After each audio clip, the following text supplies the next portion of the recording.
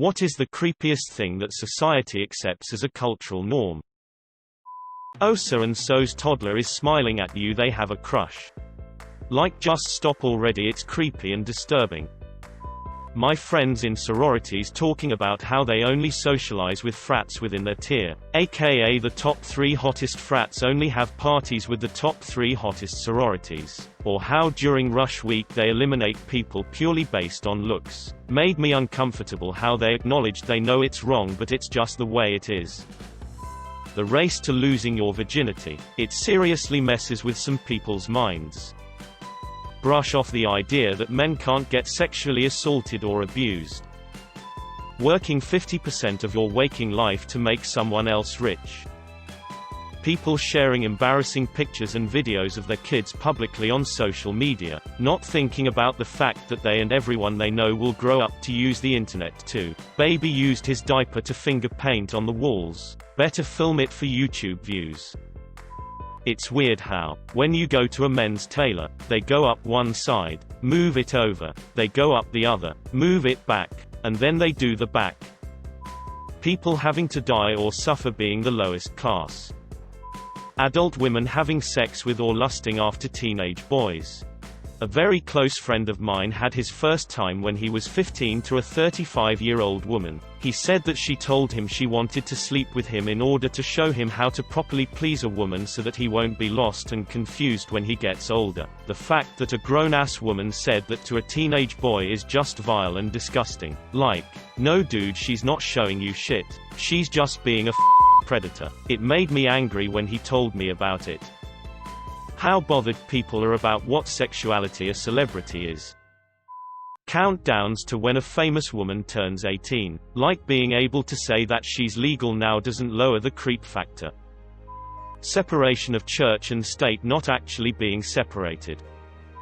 Amazon Alexa and Google Home. Those things are always listening and hear everything you say and do. Yet everyone has them and Spotify was handing them out for free. Each day we get closer to a 1984 situation. I'm European and I think it might make people uncomfortable how okay I am with nudity. I think the world would be a better place if nudity stopped being so vilified. Like, we're born naked. Simply being naked doesn't have to be sexual. Taking photos, videos of strangers. Public proposals. Someone dressed in a funny outfit. Seeing people get wedding photos taken in a public place and deciding to photograph the bride, etc. I always get really frustrated when I see something like a proposal go down and they're suddenly encased in a circle of people with their phones out. Nudity not allowed on TV, but graphic violent deaths are. Feeding children disgusting amounts of sugar and then blaming them for being fat. Not allowing elderly people to decide when they want to die. Who the hell wants to live with dementia? Obviously the retirement homes, healthcare industry makes trillions off this. Which is who shaped our beliefs on the subject in the first place without even realizing it.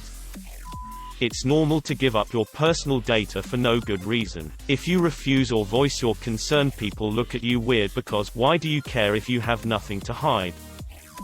People knowing every detail about celebrities' lives. She is bullying you because she likes you. Human data trafficking of a large portion of the people on the planet via data collection. It's human data trafficking. Known and unknown companies and individuals buy, sell, and trade people's location information, search information, medical information, entertainment interests, and much more, all for money, manipulation, and control. Well, in South Africa we have this cultural practice called virginity testing, where an old woman will take your female child into the bush, shove her finger into her vagina to see if she's still a virgin, and if so, she and a bunch of other girls that have undergone the same process will get to dance topless in front of the chief at the chance of one of them being his bride. I mean, the practice of the act is protected under cultural law, but still, you're letting someone your grandmother's age finger your daughter in the woods. Child pageants. If the girl is like 16 to 18, fine, just fine, they're almost young adults. But like 6-year-olds belly dancing on stage with a two-piece. Nah, I guess that's a opinionated answer, but it just creeps me out.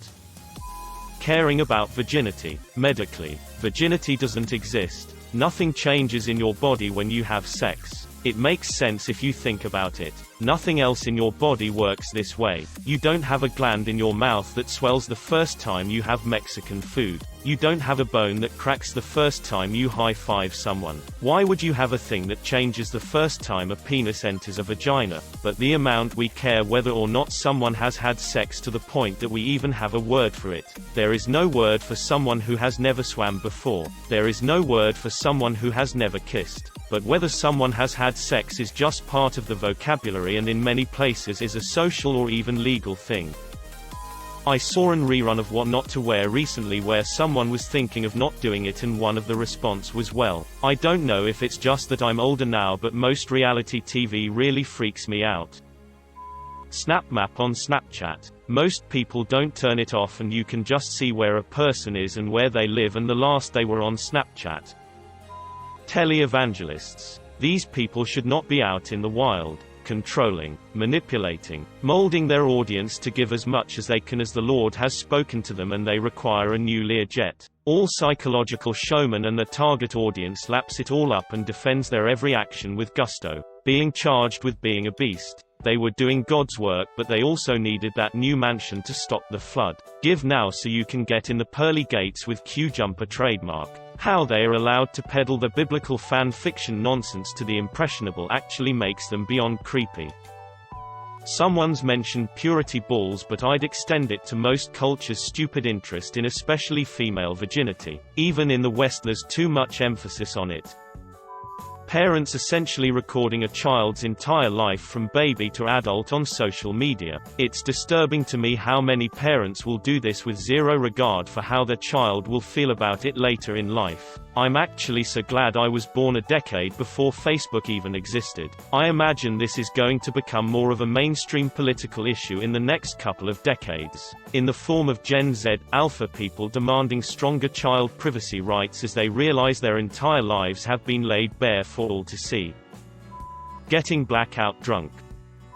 One for me is jokes about male rape, particularly in the prison context. Recording literally everything about their lives for clout. That in America, if you go to jail or prison for any reason, you are allowed to be brutalized, raped and treated as subhuman with zero rights. Paparazzis. They have killed many celebrities and done nothing but snap pictures while they were dying. There is no freedom for these poor people that wanted nothing but to pursue their dream. Pretending that terrible things aren't happening in their community every night. I don't understand why so many people will let others suffer and die to maintain the illusion that they live in a good neighborhood, or stuff like that doesn't happen here, instead of taking action to actually have a good community.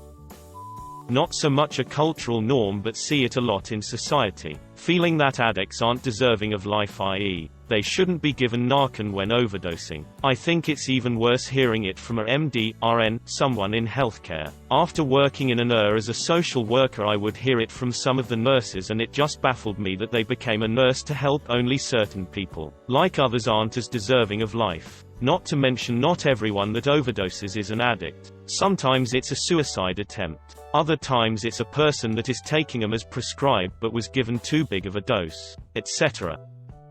Jeffrey Epstein being murdered in prison before he could spill the beans on a worldwide child sex slave operation for the elite. That we install listening devices in our homes and then cry about our privacy being undermined. Child beauty pageants are for who, exactly, who enjoys them, and why? The more you really think about it, the less happy you should be. Those fake, real-looking baby dolls. Social media. Shaming people, particularly children, for having certain diseases or needing medical care. Mental health, e.g., depression springs to mind, but complex disorders like epilepsy, cystic fibrosis, or even endometriosis invite inappropriate public comment. Patients are told they are lazy, liars, or should just die for being disabled. I worked at a health science hospital center where we had public protesters every time a healthcare issue made the news. It was creepy and felt dangerous, volatile. Funeral practices. Pump a body full of chemicals or whatever else, or burn the till there's nothing. At least where I am, that's the only options you have at all. Put me in the ground and the bugs and plants and bullshit live off me. Circle of life and return to the earth. Life coaches, self-help gurus and MLMs. Cutting off part of people's genitals. Making kids be affectionate when they don't want to. The whole idea of give them a hug goodbye. Or give grandma a kiss. Screw that. I never made my kid do anything like that. I don't care whose feelings got hurt.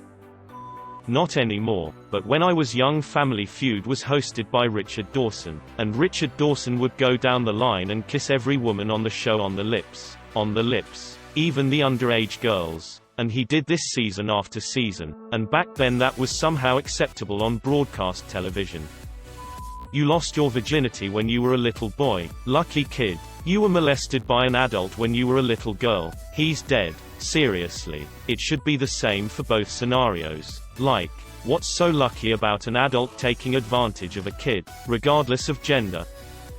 Spouses cheating on each other. It's a horrible thing to do to someone, but people treat it like it's juicy gossip. Child marriage. Only 34 states have a minimal marriage age in the US. There really needs to be a federal law on this. Only 14% of child marriages from 2000 to 2010 were between kids. Most are between a child and adult. Luckily, at least the majority is at age 17. 67% of the children were aged 17. 29% of the children were aged 16. 4% of the children were aged 15. 1% of the children were aged 14 and under. But when looking at areas with the youngest age or the largest age gap, it happens in states with the worst laws. Examples: an 11-year-old boy married a 27-year-old woman in 2006 in Tennessee, and in 2010 a 65-year-old man married a 17-year-old girl. These are extreme cases, but having a federal law requiring a minimal marriage age of 18 would be a great start in protecting these kids. Rich, famous people being pedophiles.